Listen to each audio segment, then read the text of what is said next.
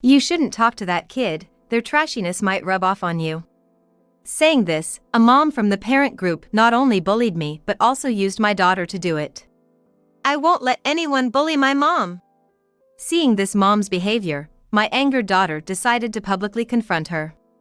I'm Karen Miller, a 32-year-old part-time worker, living with my daughter, Abigail, and my husband. Recently, due to my husband's job transfer, we moved to a new place and started sending Abigail to a new kindergarten. Abigail was initially resistant to changing kindergartens, crying and throwing tantrums about moving, but once we settled in, she adjusted well to her new school. Just as I was getting comfortable with her adaptability, I met Mrs. Jessica Patterson, the mother of a boy named Bob in Abigail's class. Jessica had a dominant personality, always wanting to gather the moms for group activities. I wasn't really into that kind of thing, so I politely declined her invitations while looking for a new job in the area. However, as days went by, it seemed like Jessica took an issue with me and started bullying. I was hoping to have a fresh start in this new place, but felt deeply discouraged. "Good morning, Bob," my daughter greeted. Bob, Jessica's son, returned the greeting with a smile. But standing behind him, Jessica gave me a glaring look and clearly showed her displeasure. "You shouldn't talk to her. Her family is really poor and trashy." "But I always play with Abigail."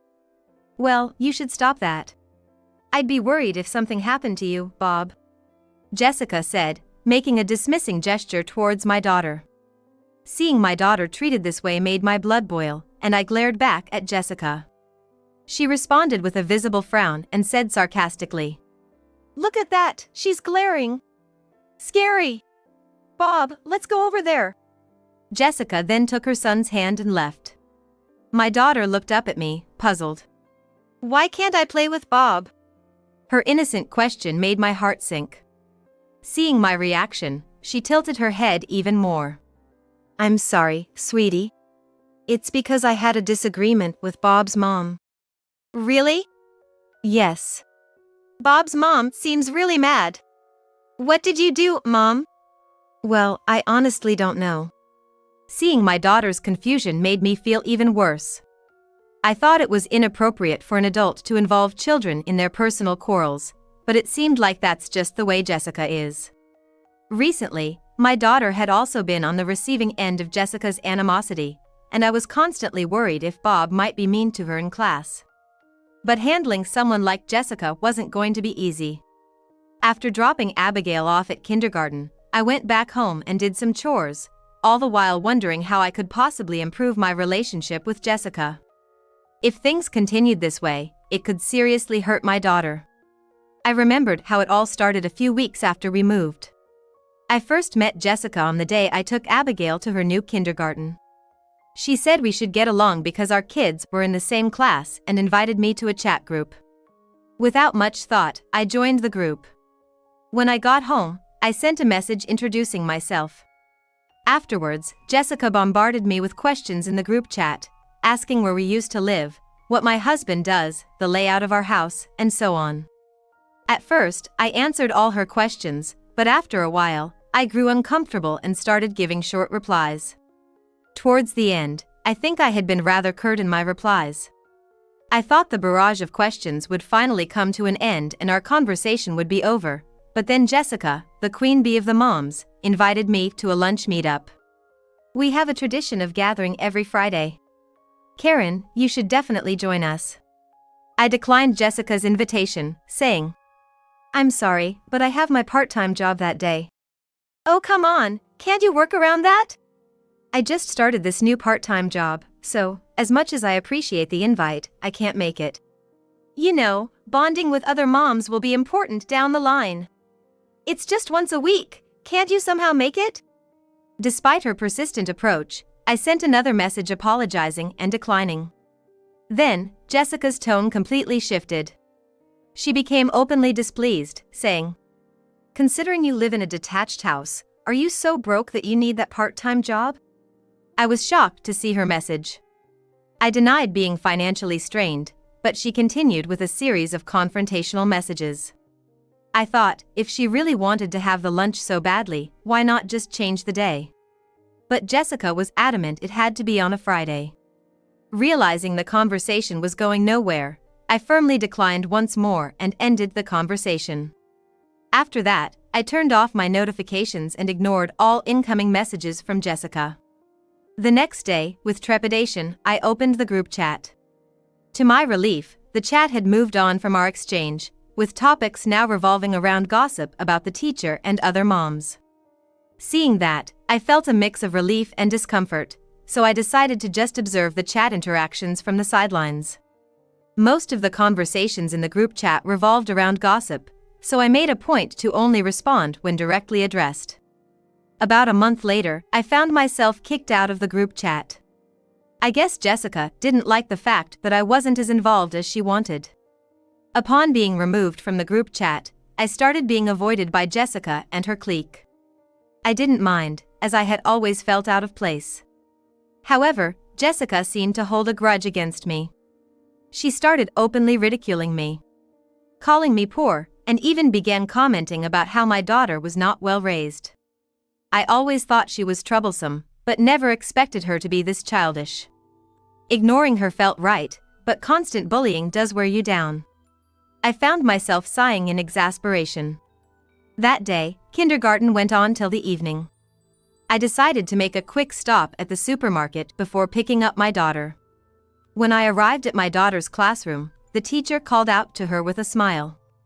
As I greeted the teacher and held my daughter's hand, I bumped into Jessica. It seems our pickup times had overlapped. I usually made it a point to collect my daughter when I knew Jessica wouldn't be around, but today was just unlucky. For some reason, Jessica had decided to dress quite flashily, maybe in an attempt to appear younger. She's a mother of 2 and older than me. Considering her eldest son is about 7, she's probably around 39. Given her age, I thought today's outfit was a bit too young for her. As I nodded slightly and tried to leave with my daughter, Jessica stopped me with her usual smirk. Still dressing like you can't afford anything decent, huh? Maybe try a little harder, considering you're younger than me? Jessica said with a mocking smile. When I replied curtly to avoid the conversation, Jessica shot me a displeased look. You probably only shop the clearance racks at the supermarket. Don't you ever think of treating your daughter to something nice? Unfazed, Jessica continued, glancing at my shopping bags and making a snide remark. I decided to ignore her comments and quickly end the conversation. No matter how I tried to smooth things over, she was determined to belittle me. It felt like a waste to even engage. Sensing my frustration, she started to say something even more demeaning. When her son, Bob, approached. Mom, what are you doing? Unlike Jessica, Bob has a calm and gentle demeanor, quite the opposite of his mother. He and my daughter Abigail get along well, so he spotted us quickly and gave us a warm smile. Abigail, make sure you come to my birthday party, okay? Bob's words made Abigail nod enthusiastically. When I asked her about it, she revealed that Bob had given her a ticket to his birthday party earlier that day. She pulled the ticket from her bag and waved it excitedly, causing me to smile. That sounds like fun. However, Jessica, who had overheard our conversation, raised her voice in an intimidating manner. You're not seriously thinking of going, are you? Bob. Why did you invite Abigail? Well, Abigail and I are good friends, Bob reasoned. Didn't I tell you their family is very poor and lacks class? I also said you shouldn't play with her again, remember? Why can't you listen? But Mom. I don't want to hear any excuses. Get the ticket back from Abigail right now. Jessica shouted. I frowned at her reaction. Sensing my discomfort, Jessica leaned in and snapped. Got a problem? It's only natural to discipline a child when they do something wrong.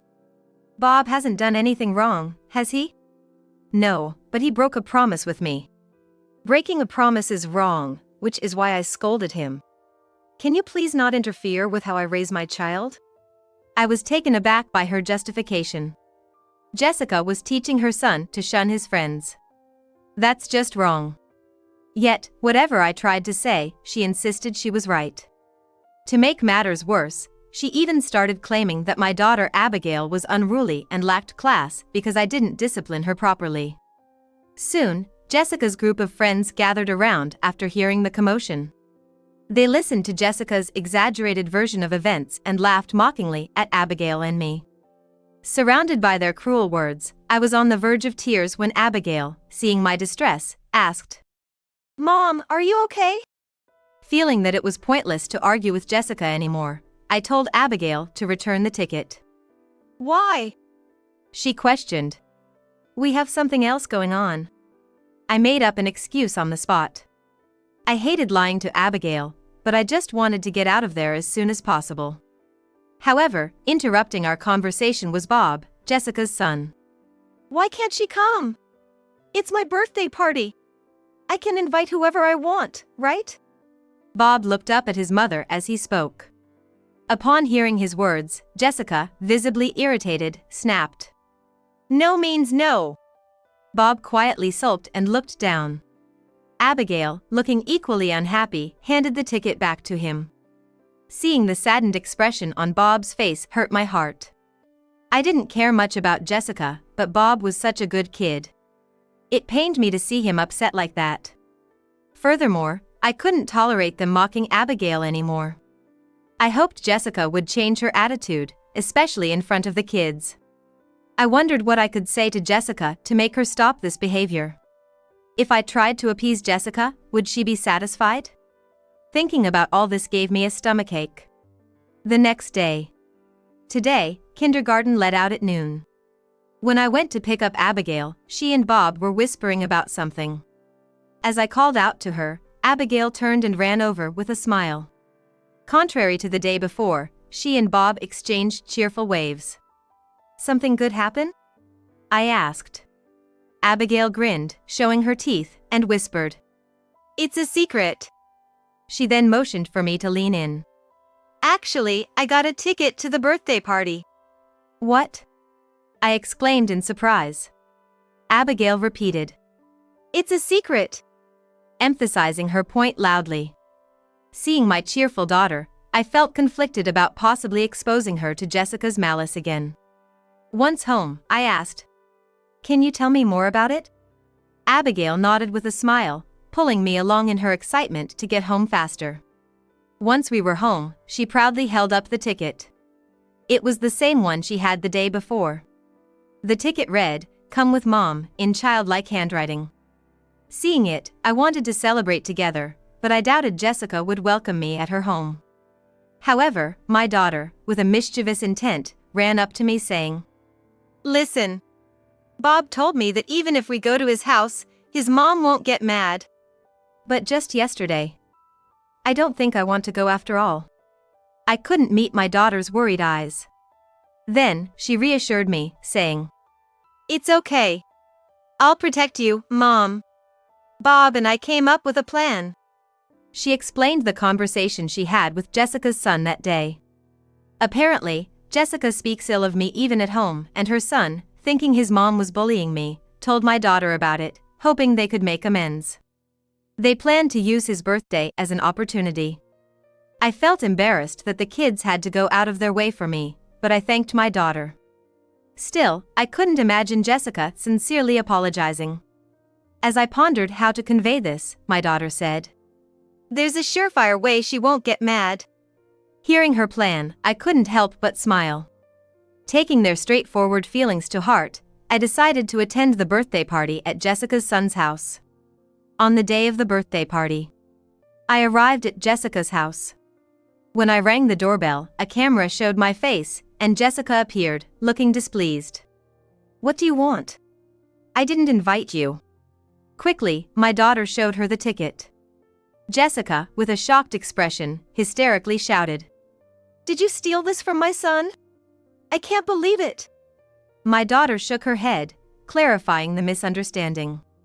At that moment, Jessica's son came over, having heard the voices. "I invited them. I really wanted Abigail to come." Turning away from his irritated mother, he pretended not to hear and welcomed us into the house with a smile. Jessica was frustrated, thinking we were a bad influence. Entering the room, we saw Jessica's entourage already there, whispering among themselves. They probably said we were out of place. Ignoring the gossipy moms, my daughter and I wished Jessica's son happy birthday. Having you here is going to ruin a perfectly good party. Can you leave? Jessica persisted, but her son retorted. It's not your party. While she was exasperated with her disobedient son, he was happily playing with my daughter.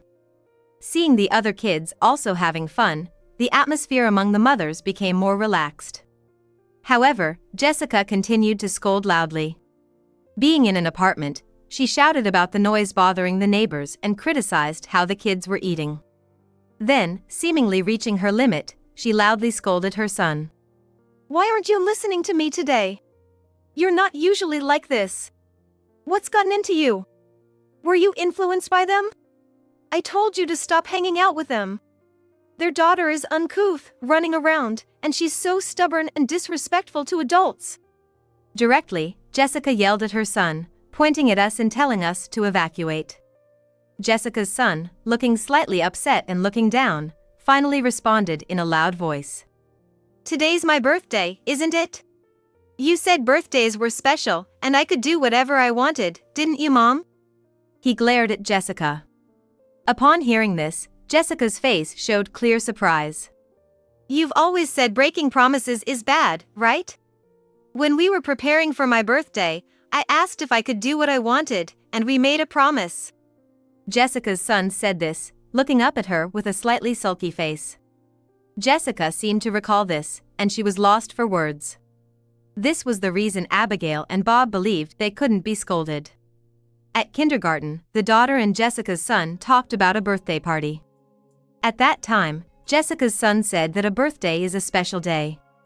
Because it's a day where he's the star, Jessica would never get mad. Hearing this, the daughter thought that if it was his birthday, even if she and her mother attended, they wouldn't get scolded. Hearing this, Jessica's son agreed with the daughter, thinking that if he could do whatever he wanted, he could invite any friend he liked, so he invited the daughter. He decided to make a promise with Jessica in advance. Since Jessica had declared before that breaking a promise is bad, he must have believed she wouldn't break it. You said I could do what I wanted on my birthday, but you broke your promise. Mom, Jessica's son said, looking away with a petulant expression. Jessica tried to cover it up. It's not like that. But she was clearly flustered. It's weird for you to be the only one breaking promises. No, it's not that. I was just worried that Abigail might have a bad influence on you, Bob. I mean, since Abigail's mother is careless, Abigail must be rough, right? What if you got hurt? I'd be worried. It's okay. Abigail is always praised. She knows I'm not good at running, so instead of playing tag, she always chooses hide and seek. So, I won't get hurt. Jessica took a deep breath upon hearing her son's words. Pouncing on this, Jessica's son asked, Why do you say mean things to Abigail and her mother? You always say we shouldn't do things that upset others. Abigail said she felt bad the other day because of what you said. Jessica's son looked at his mother with an angry expression. Jessica met his gaze, biting her lower lip with regret. Watching Jessica, I felt oddly satisfied. However, Jessica wasn't delicate enough to run away from this. It wasn't mean. I was just trying to correct Abigail and her group when they did something wrong. What did they do wrong? Abigail's mom ignores us. Since Abigail is raised by a mother like that, she's bound to ignore her friends too. Upon hearing the words, my daughter pouted and said, That's not true. Jessica retorted, You're always talking back. You lack manners. My child is different from you. She plays the piano and studies hard. Hanging out with Abigail, my child might become a bad influence. She pointed at the grand piano in her living room, stating with an air of superiority. You don't know about pianos, do you, Abigail? Haven't seen or touched one, right? You wouldn't be able to sit still. My child is different from you, so stop hanging around her. Quick to respond, my daughter said. I know about them. I can play the piano too. Without hesitation, she sat at the piano and lifted its lid. Jessica, fearing the piano would be damaged, was furious. I assured her. If it gets damaged, we'll compensate. You'll compensate? I won't forget you said that. Jessica sneered, allowing my daughter to proceed. As Jessica glared at her, my daughter began to play the happy birthday song with determination. When she finished, she looked back at Jessica with pride. Jessica stood there, stunned that my daughter could actually play. I always see her playing with toy pianos. I said. She seems to have picked it up from there. Whenever we go to stores, they always let her play. Jessica, with a smug look on her face, snorted and let my daughter do as she pleased. Even though my daughter was being glared at by Jessica, she began to play the happy birthday song with all her heart. The surrounding friends were also taken aback and began praising my daughter for her talent. They began discussing how their own children resisted taking strict piano lessons. My daughter shyly asked Jessica, "Can we play together now?" But Jessica persisted. "Anyone can play that. Even my son Bob can." She made her son sit at the piano. "Go on, play," she ordered. Reluctantly, Bob began to play. But whether it was the pressure or nervousness, he made several mistakes and soon stopped playing. "Why did you stop? You always play so well. Show everyone," Jessica pressed. Bob replied, "I don't want to play anymore," turning away. Seeing this, I tried to intervene. "It's okay, let it be." Jessica, her face red with anger, snapped. "Don't get ahead of yourself. What's the matter? Just because your daughter did well, you're feeling smug? Bob, don't become like Abigail. Showing off is not good." "Is showing off bad? Like the bag you always brag about?" "What? The one you got from some stranger? You're always showing it off," Bob said, dashing to another room to retrieve the bag. "This one, Mom. The one you got from a man I don't know. I heard you talking to him in the living room when you told me to study in my room." "Wait, let's not talk about that now." "And who was he? Keeping it a secret from Dad is bad, right?" The shocking revelation by Bob made me raise my eyebrows. Even Jessica's friends were whispering and looking at her from a distance. An uncomfortable silence filled the room, broken by the doorbell ringing. Trying to dispel the tension, Jessica rushed to answer the intercom in a high-pitched voice. "Oh, it's Dad!" Bob exclaimed, running to the front door. As Jessica tried to stop him, she was too late. The door opened, and a calm conversation began between Jessica's husband and Bob. "Thank you all for always being so kind to my wife," said Jessica's husband, greeting us with a smile. We were unsure of how to react, having just heard about the mystery man from Bob. Picking up on the strange atmosphere, he looked puzzled. "Is something wrong?" Bob, eager to share, called out. "Listen. Mom's been really mad, even though it's my birthday." "Wait, why's she mad?" "She's mad because I invited Abigail over to our house. She promised I could do what I wanted, but she broke it. She even got mad when Abigail played Happy Birthday on the piano. She told me not to brag, so I told her about the bag she always brags about and said it's not good." Bob, Jessica's son, said, pointing to a bag thrown on the floor. Jessica, with a pale face, hurriedly picked up the bag, but it was too late. Her husband gave her a suspicious look, examining the bag. "Hey, what's this about? I don't know this bag. Did you buy it?" "No, some guy I don't know gave it to Mom. I only know his voice because whenever he comes over, I'm told to study." Jessica's husband grew increasingly stern at his son's words. Even as Jessica hurriedly tried to explain, her husband just let out an exasperated sigh. "I kind of figured something was up. You started wearing unfamiliar clothes and suddenly dressing up more than usual. It seemed off." "That's not it. It was for a lunch with my mom friends." "You've been spending a lot lately, haven't you? Wearing short skirts and flashy outfits." "It was just a lunch at a hotel with my mom friends." Enough with the excuses. I have something to admit. I've been investigating your behavior. I said I was gonna work today, but I actually went to hear the investigation results. I got the paperwork. We need to talk. Jessica looked down, tears forming in her eyes, glaring at her husband and son. You've come to humiliate me too? To mock me in front of everyone? Her face turned red as she clenched her fists. Her husband just shook his head in disbelief. Maybe if you acted more appropriately, you wouldn't feel this way? Having me, someone she had bullied endlessly, tell her that must have really stung, as Jessica's face turned even redder and she twisted her mouth in frustration. Other moms, who used to join Jessica in teasing me, now looked away out of embarrassment. I left Jessica's house with my daughter, leaving all of them behind. Later on, Jessica was served divorce papers by her husband and was thrown out of their home. Apparently, she had given a lot of money to her lover, and all of that was demanded back as alimony. Since Jessica wasn't working, she went crying to her parents for the money, but they scolded her and refused to help. In the end, Jessica took out loans to pay the alimony. Furthermore, because of her long affair and the debt, she lost custody of her son.